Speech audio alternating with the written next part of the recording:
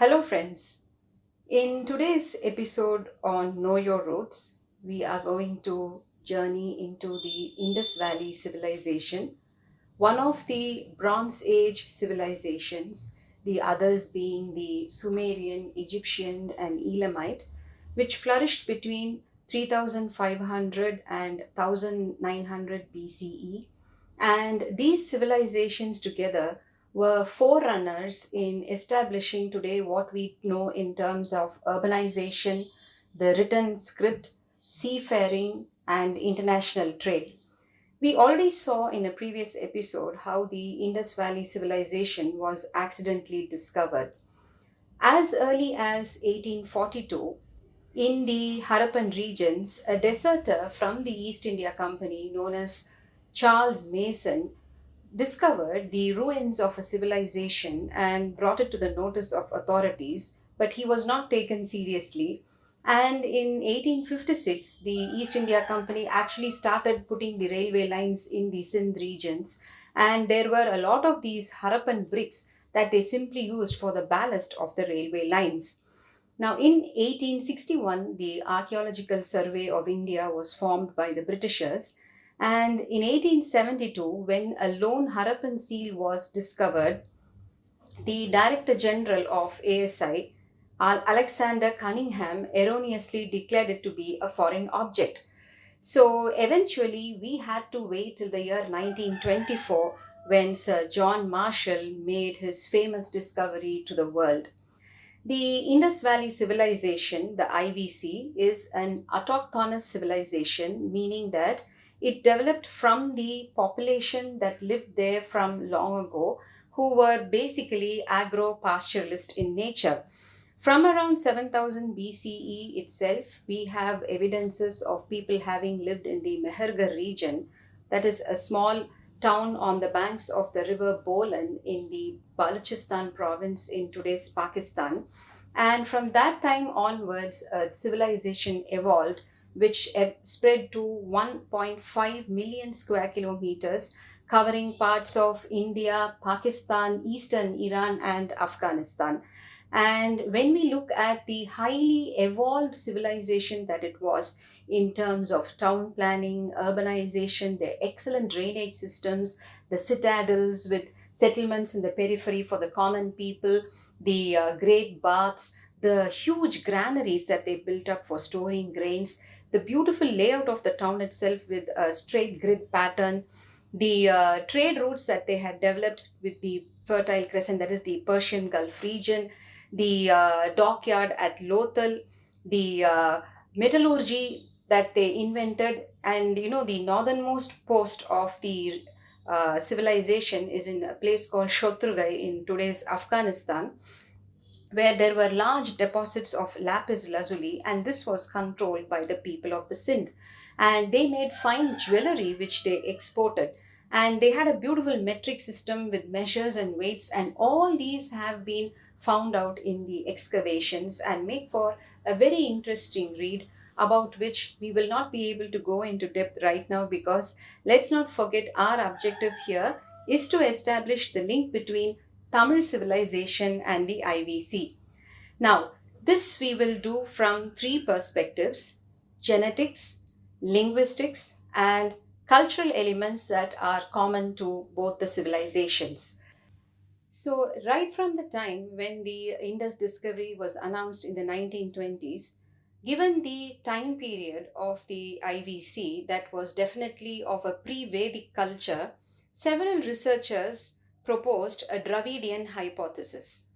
One of them, Father Henry Heras, a Jesuit priest from Spain who came to Bombay, was a great historian and established the Bombay Historical Society and did a lot of research work into the Indus script, and he claimed that it was of Dravidian ancestry. Father Heras also made the observation that Mohenjo-daro and Harappa, that were home to such a high level of development, must have left its influence in the other parts of the subcontinent, and further discoveries would definitely happen that would bring out more of the civilization itself. And his prophetic statement came true when the archaeologists brought about sites in Gujarat and Daimabad in Maharashtra, which today is the southernmost outpost, where we have ruins of the civilization. And one of the foremost proponents of the Dravidian hypothesis for the Indus script, the noted epigraphist Airavadam Mahadevan, who claimed and published more than 40 papers in trying to establish that the Indus script was indeed Dravidian, found a celt in the Mailadurai area in recent times, which was dated to around 2nd millennium BCE, which had markings that were similar to the Indus script. And he claimed that this was proof that the language spoken by the Neolithic Tamil people at that time was similar to that of the Harappan language.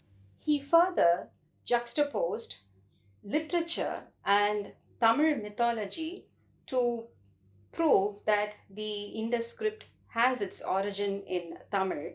And for example, he took the semi mythical figure of Ahatyar, and the fact that Ahatyar is mentioned as Vadabal Munivan in Purananuru, and Ahatyar is also mentioned in Nachinar Kiniyar's commentary on the Tolhapiyam, which was published in the 13th century AD, where Nachinar Kiniyar claims that Agathiyar led a clan of Belir Yadavas from the Dwaraka region in Gujarat of prehistorical times, and he brought about these kings along with their entire tribes to the southern peninsula, where they cleared the forests and settled down, with Agathir himself settling in the Podihe hills. Taking off from where Airavada Mahadevan left, his prodigy and scholar Mr. Balakrishnan IAS has produced an excellent work published very recently, A Journey of Civilization from Indus to Vaihe, where he takes this forward and specifically mentions two clans. He has dedicated two sections in the book to the Kongu Velalar and the Natukottai Naharattar. And by looking at the history that these two clans have recorded, the Kongu Mandala Chadaham, composed in the 12th and 13th centuries, and the Dana Vaisya Natukottai Naharattar Saritaram, published in the year 1894, he establishes that there are two connects that can be made with the IVC. One is the common socio-economic traits that these two clans possess. Being of an agro-pastoral background, they possess highly developed internal and external trade skills. And the other fact being that their reaccounting of their own history shows that they have migrated from one place to the other before reaching peninsular India. And he also gives a map in the book that traces the migratory paths of the Kongu Velalar through Maharashtra.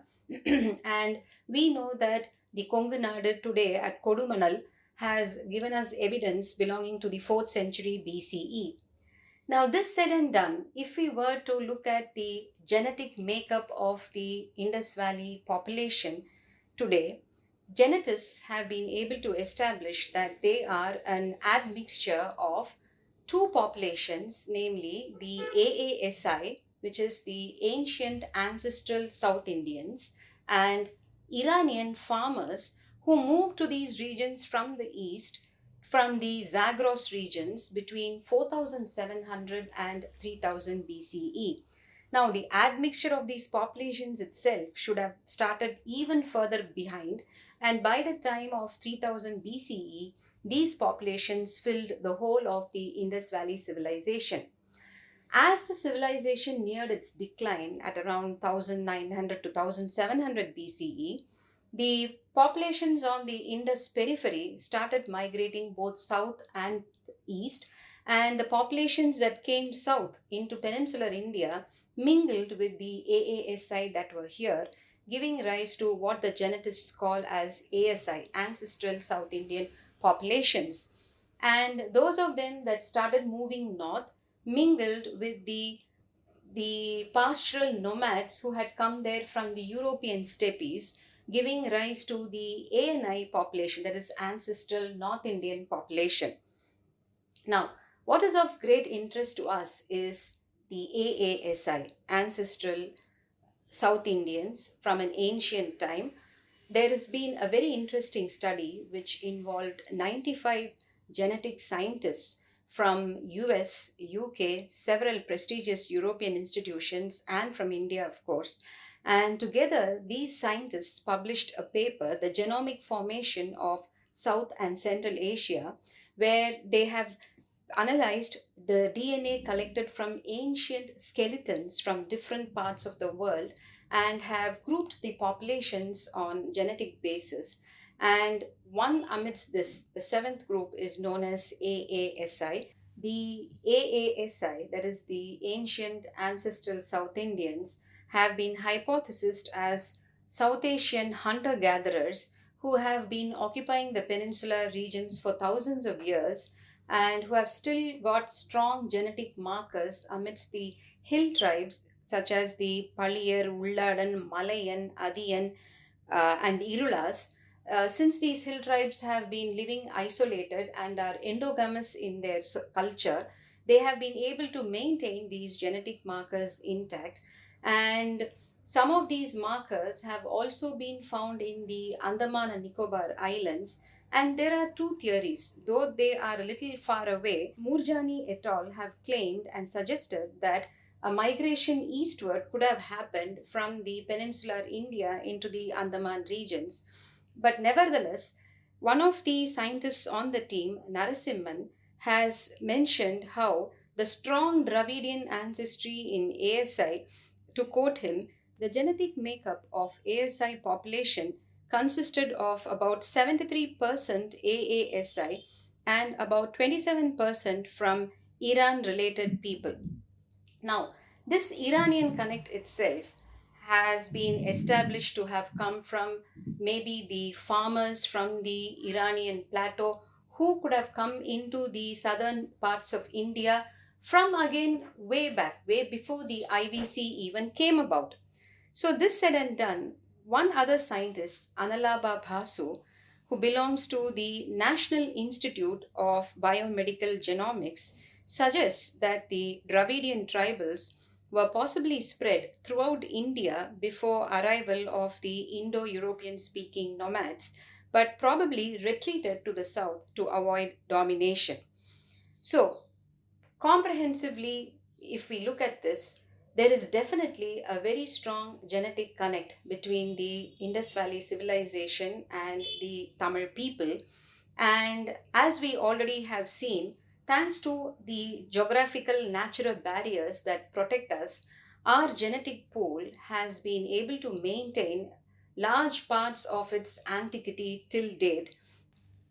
And one other interesting observation made by Dr. David Reich from the Harvard Medical School, who was also part of this pool of 95 genetic scientists, is that there are two theories. The disbursement of the Dravidian language in the Indian subcontinent, it is found in pockets here and there with the Brahui language, which is being spoken still by a pocket in Balochistan, could have happened with the dispersal of the IVC population itself.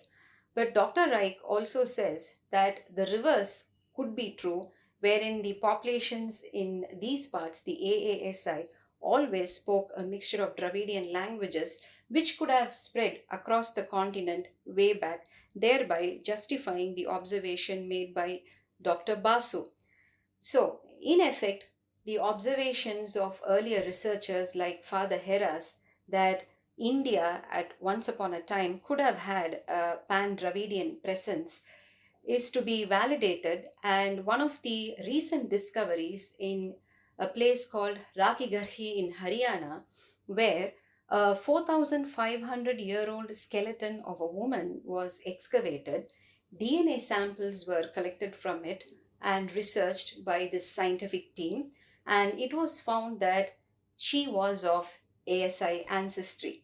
But scholars and researchers claim that more samples have to be collected and more research has to be done to establish certain truths. So, that said and done, We will look into the linguistic and cultural connect of the IVC with the Tamil populations in our next episode. Vanakkam.